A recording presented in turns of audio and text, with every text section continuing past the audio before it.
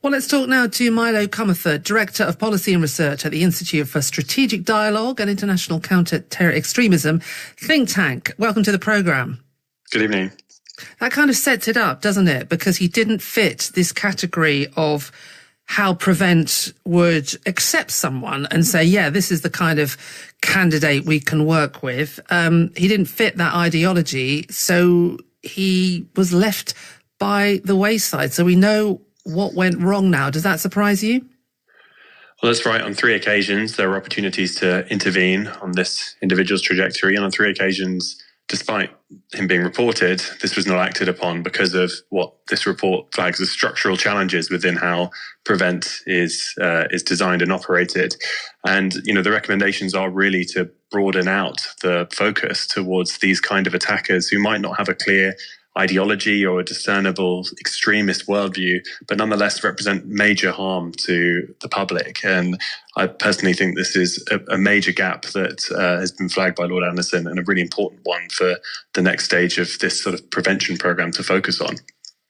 So we have a growth of individuals like Rudy Cabana who are fascinated with violence, and that was clear from everything that came out in the trial, but have no ideology. So what needs to change? I mean, something else needs to happen within Prevent. They need to expand what they look at, how they deal with these people. Lord Alex Carlisle was saying it doesn't need, huge change or overhaul. We just need to kind of accept that there's a whole new category here that we haven't really focused on before. What do you think to that?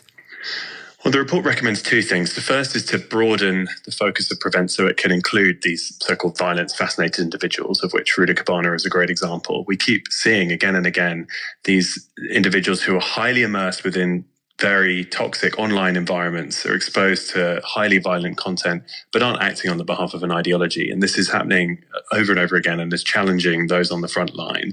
And so this is something that needs to be fixed in the shorter term.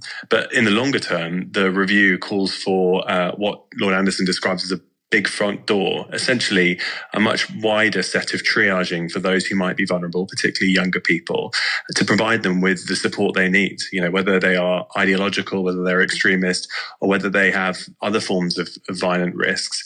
You essentially need a one-stop shop that can identify the risky individuals and can provide them with the tailored support they need. At the moment, that doesn't exist, and it's something that is called for in this review, and I think is absolutely essential in the longer term for dealing with the evolving threats. What about the fact that this young person could easily access this kind of extreme violence online? We often talk about policing the internet, which some people say is impossible to do, and yet this stuff goes up there and people post it and it is traceable. What do you think? Because we can't really ignore that in this whole story, can we? He was able to access incredibly violent images, how to this, how to that on the internet. What do we do about that? That's right. And let's not forget that the individuals downloaded an Al-Qaeda training manual. So, this is not exactly light material. There's an extraordinary story in the report which speaks to the fact that the teacher who flags Rudy Cabana sees over the shoulder of him in a school setting the fact that he's engaging in concerning online behavior. And you just think the kind of, the circumstantial nature of that, and the fact that it requires, this kind of, this great luck essentially to spot this, really shows a shortcoming in terms of understanding how we can embed prevention within the online space, given so much of the threat that we face today is so, indelibly connected to online platforms. And so I think opening this conversation around how we think about prevention in the online domain is really, really important. And this will, require engaging very closely with the government's new Online Safety Act, which is now being implemented by Ofcom, the social media regulator.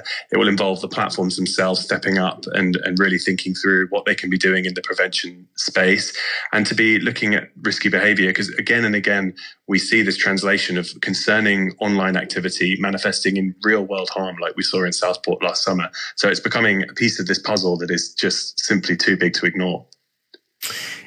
Given the horrific nature of this incident, it is, many people will find it very difficult to think of this young man as a victim as well as a perpetrator. But to prevent this kind of thing happening in the future, do you think we need to change our mindset on that one?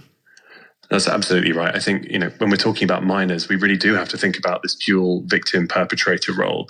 It's really important that we think about interventions that recognize young people's vulnerabilities, that are really about providing approaches that are, age appropriate, that are effective for young people and also empowering. So I think this is a really important part. And again, this is something that was flagged in the review, the need for more engagement with young people. This can't be seen as a kind of adversarial, sort of police-led approach. This really needs to be something that has the buy-in of young people. And of course, it needs to be sort of peer-led as well. Young people need to know as much as anyone, if they have safeguarding concerns over a peer, who do they speak to where they can get, kind of objective support and advice. And so that focus on empowering young people and recognizing that they are, yes, perpetrators, but also victims in so many of these online spaces is going to be a huge part of this equation. Thank you so much for joining us, Milo. Milo Comerford there, Director of Policy and Research at the Institute for Strategic Dialogue. It is an international counter-extremism think tank.